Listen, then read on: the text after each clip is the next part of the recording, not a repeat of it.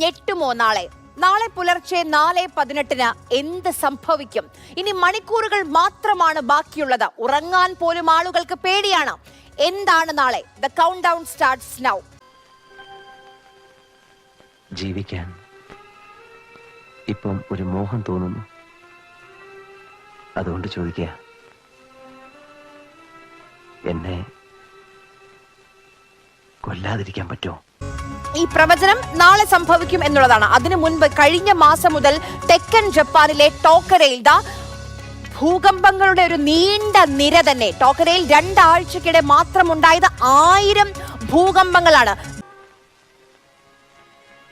ഇല്ല അല്ലേ? സാരല്ല.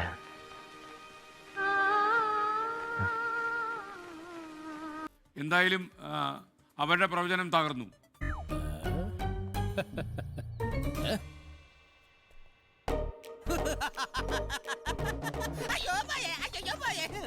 ജപ്പാൻ നഗരങ്ങൾ കടൽ വിഴുങ്ങുമെന്നുള്ള ജപ്പാൻ ജ്യോതിഷിയുടെ പ്രവചനത്തിൽ വൻ ആശങ്കയുണ്ടായി.